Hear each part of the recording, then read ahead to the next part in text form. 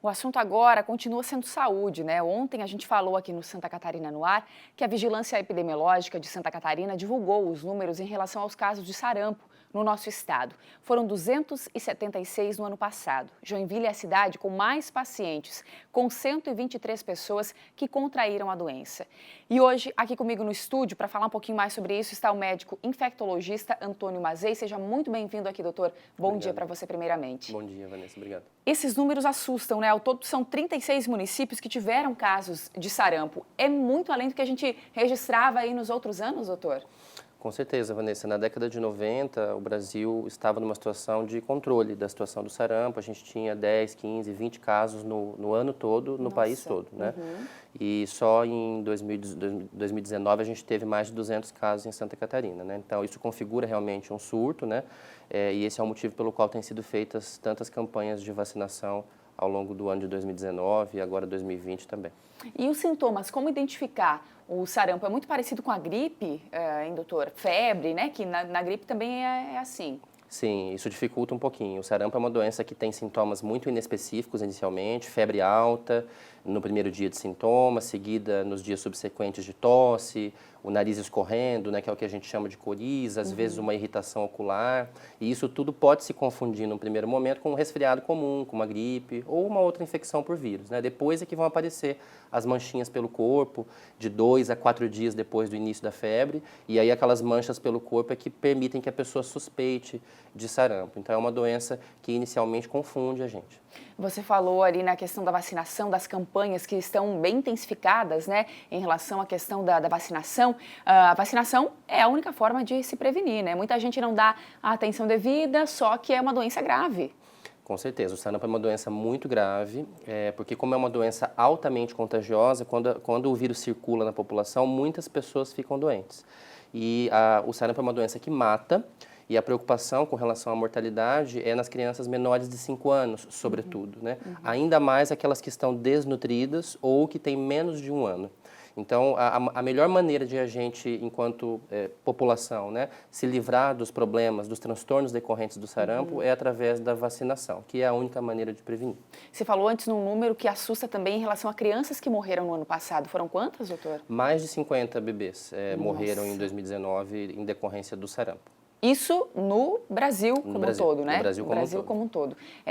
Os números realmente assustam, né? E quem precisa se vacinar, além das crianças, doutor?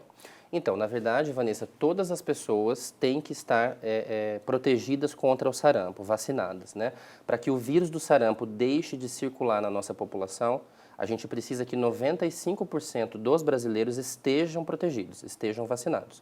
A vacinação contra o sarampo acontece em situações de surto, que é o que a gente viveu e vive nesse momento, com uma dose 0, que é dada para bebês de 6 meses a 11 meses de idade, uma dose 1, que é dada aos 12 meses de idade, e uma dose 2, que é dada aos 15 meses de idade. Então, teoricamente, todas as pessoas devem estar protegidas contra o sarampo já na primeira infância. Se o adulto não sabe se tomou a vacina, não tem caderneta de vacinas, ou tem certeza de que nunca tomou nenhuma vacina na vida, ele deve procurar o posto de saúde mais próximo e solicitar a vacinação contra o sarampo, que deve ser feita com 2 doses, com intervalo de 30 dias, para pessoas menores de 30 anos, e com uma dose única na vida, para pessoas com mais de 30 anos. Lembrando, isso é para quem não tem o registro da dose da vacina do sarampo na caderneta de vacinas lá da infância. Então, 2 doses para quem tem menos de 30, uma dose para quem tem entre 30 e 59 anos. Acima dos 60, por conta de algumas complicações decorrentes da vacina nessa faixa etária, a gente não recomenda que vacine mais. E as mulheres grávidas também precisam da vacina? Podem se vacinar? As mulheres devem estar protegidas contra o sarampo quando engravidam, mas uma vez que estão grávidas, não é recomendada a vacinação durante a gestação. E a vacina está disponível nos postos de saúde, né? De graça, inclusive, para muita gente poder ter acesso mais facilmente. Com certeza, a vacina do sarampo é gratuita, está amplamente distribuída na rede básica, nos postos de saúde, basta ir até a unidade e se vacinar. Para a gente reforçar, uma vez que a pessoa ter esse diagnóstico, né, ou contrair o vírus aí do sarampo. Em quantos dias que ela vai ficar mais debilitada? Por exemplo, começa aí com uma febre, como você falou, mas que ela vai sentir os sintomas mais intensos, assim, doutor, que realmente que é aí que as pessoas procuram atendimento, né? Sim, médico. sim. Existe um nome técnico que a gente chama de período de incubação, que é o período entre a pessoa se expor ao vírus e ela desenvolver o sintoma mais importante, por assim dizer, da doença, que no caso seriam as manchas pelo corpo. Esse período ele vai de 7 a 21 dias. Então, se eu pegar sarampo hoje, eu posso demorar até 7 dias para manifestar aquelas manchas cor-de-rosa pelo corpo. Lembrando que essas manchinhas começam na cabeça e no pescoço e vão se espalhando para o corpo todo, de cima para baixo.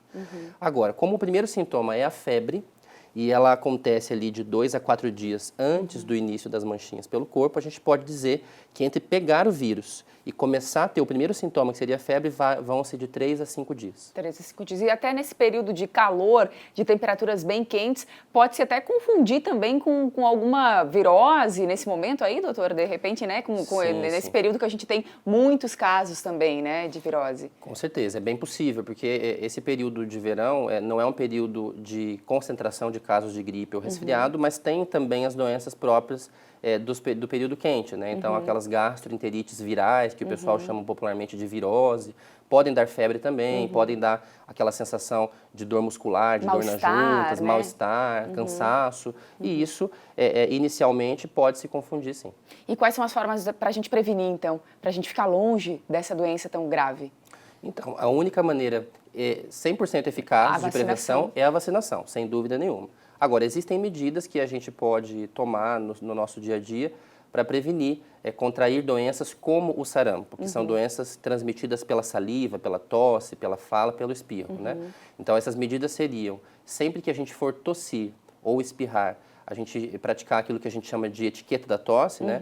As pessoas costumam tossir na mão, mas o ideal é que tossissem no cotovelo ou no braço, porque a gente usa a mão para encostar em tudo, inclusive cumprimentar as pessoas. Sim. Né?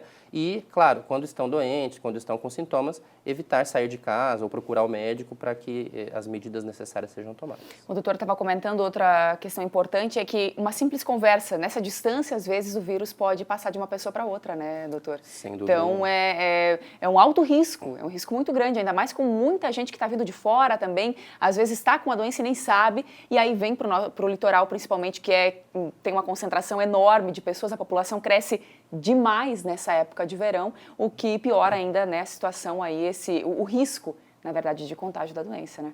Muito bem colocado, Vanessa. Sempre que há aglomeração de pessoas, o risco de transmissão do sarampo é maior.